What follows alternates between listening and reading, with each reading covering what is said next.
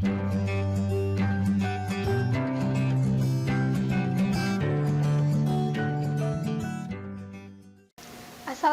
warahmatullahi wabarakatuh. Kembali berjumpa dengan saya, Agi Khairunisa, yang akan menyampaikan materi biologi yang pada kesempatan kali ini yang akan kita bahas adalah mengenai dunia tumbuhan atau plante. Materi ini merupakan materi dari kelas 10 ya, pada mata pelajaran biologi tentunya. Nah, ini merupakan sistem klasifikasi yang sudah kita pelajari pada sistem 6 kingdom, tapi ya. Nah, bisa dilihat di sana yang belum kita bahas yaitu plante dan animalia. Plante ini ada pada golongan eukariota ya, dan juga biasanya multiseluler dan membuat sendiri makanannya karena dia sudah punya klorofil. Nah, selanjutnya beberapa ciri dari kingdom plante. Yang pertama adalah eukariot, artinya dia di dalam selnya dia sudah punya organel-organel, kemudian intinya juga bisa dibedakan dengan organel yang lainnya, gitu, sehingga disebut sebagai eukariot. Biasanya merupakan makhluk hidup multiselular dan dapat berfotosintesis, memiliki klorofil, menyimpan karbohidrat, dan oleh karena itu disebut sebagai produsen. Nah, plante ini dikotominya bisa kita lihat seperti ini. Jadi plante ini bisa dibagi menjadi dua kelompok utama, yang tidak berpembuluh dan juga yang berpembuluh. Pembuluh ini biasanya digunakan untuk mengangkut zat-zat makanan, kemudian mengangkut air ke dalam seluruh bagian tubuh tumbuhan. Nah, untuk yang tidak berpembuluh itu contohnya adalah ganggang. Kemudian yang berpembuluh itu ada yang tidak berbiji dan ada juga yang berbiji. Kalau untuk yang tidak berbiji itu adalah paku-pakuan. Untuk yang berbiji, ada yang berbiji terbuka, ada yang berbiji tertutup. Dan untuk yang berbiji tertutup, biasanya ini memiliki bunga. Nah, bisa kita bedakan menjadi dua jenis lagi. Ada yang monokotil, ada juga yang dikotil. Selanjutnya, yang pertama adalah tumbuhan tidak berpembuluh. Contohnya adalah lumut.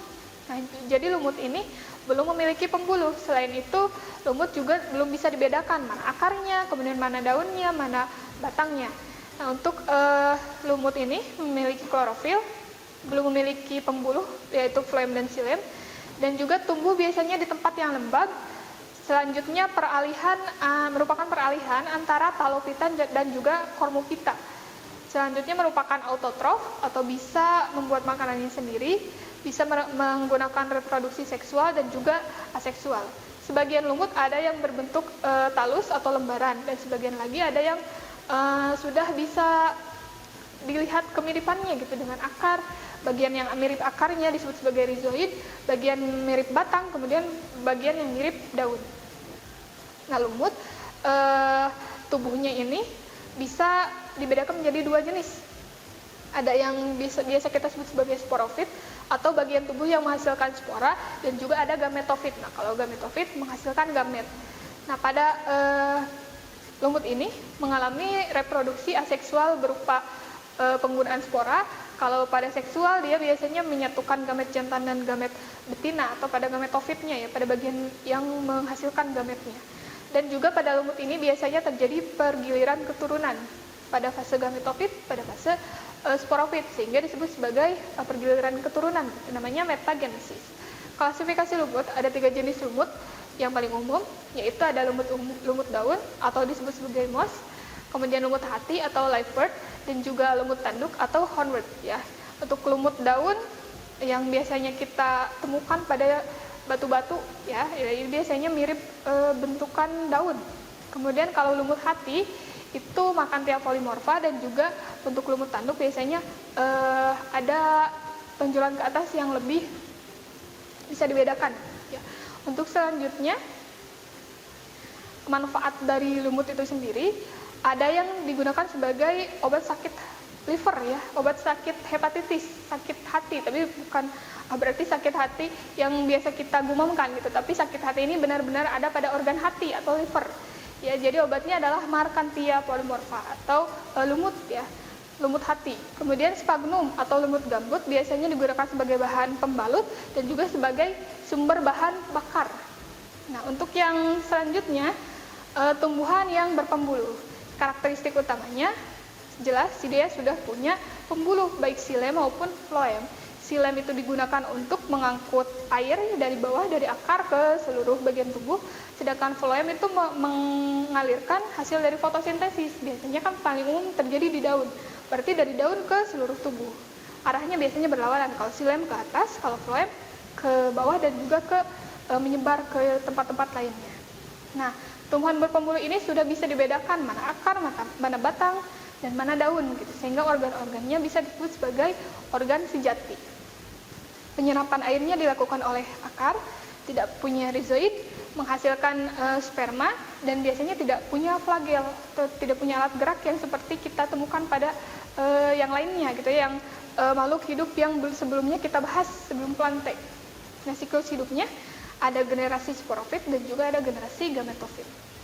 Pada tumbuhan berpembuluh ini ada tumbuhan yang berpembuluh tapi tidak punya biji. Nah, ini biasanya kita sebut sebagai paku-pakuan. Nama latinnya adalah Pteridophyta. Ya, paku-pakuan ini berkembang biaknya dengan spora karena tidak punya biji. Kemudian sporanya dihasilkan di dalam sporangium.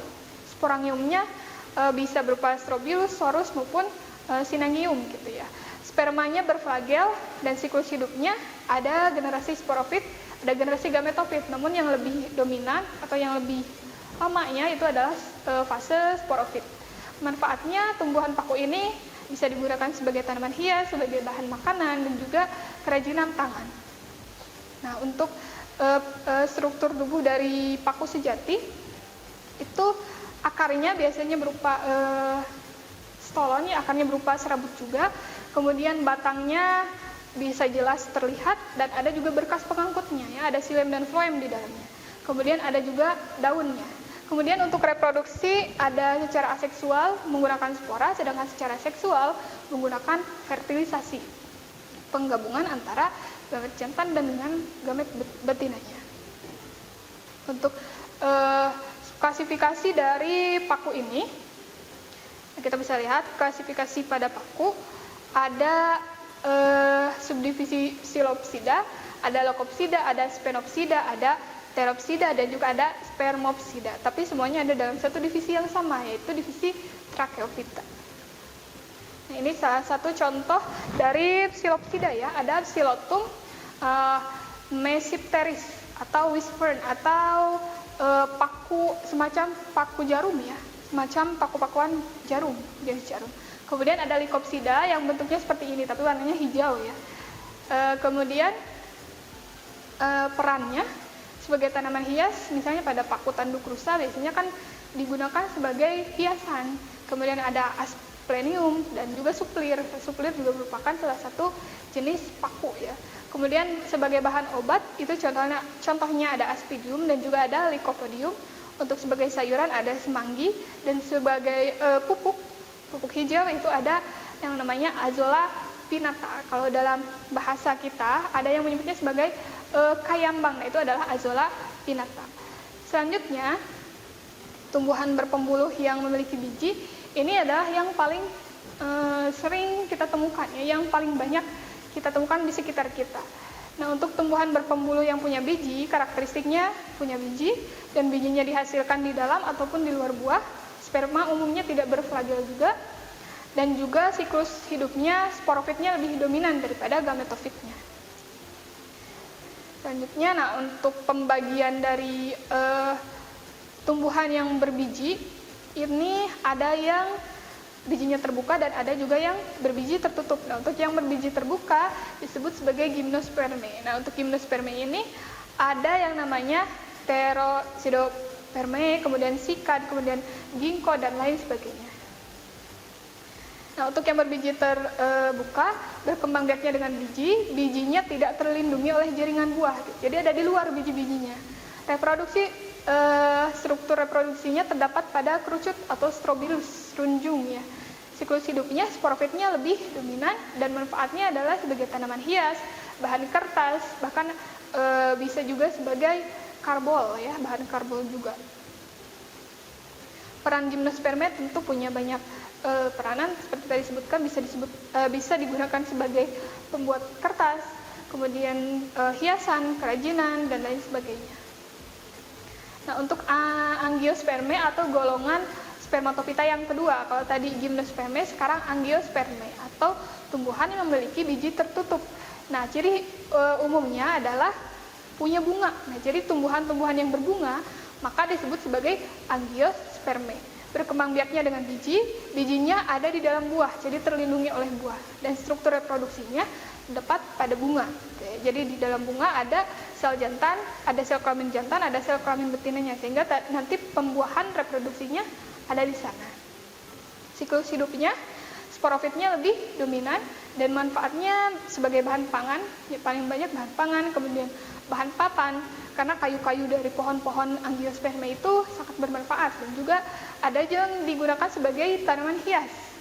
Nah, angiosperme ini bisa dibagi menjadi dua bagian lagi, yaitu yang memiliki satu kotiledon dan ada juga yang punya dua kotiledon. Nah, untuk yang monokotil dan dikotil bisa dibedakan dari ciri-ciri luarnya, ya, bisa kita lihat di sini.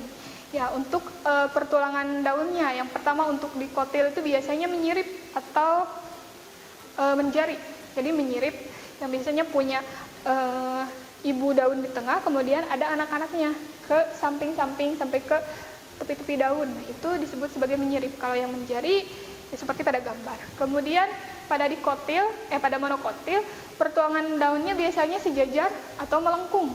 Contohnya pada padi. Nah, daun padi ini merupakan salah satu pertulangan daun yang sejajar, maka disebut bisa kita golongkan sebagai tumbuhan monokotil.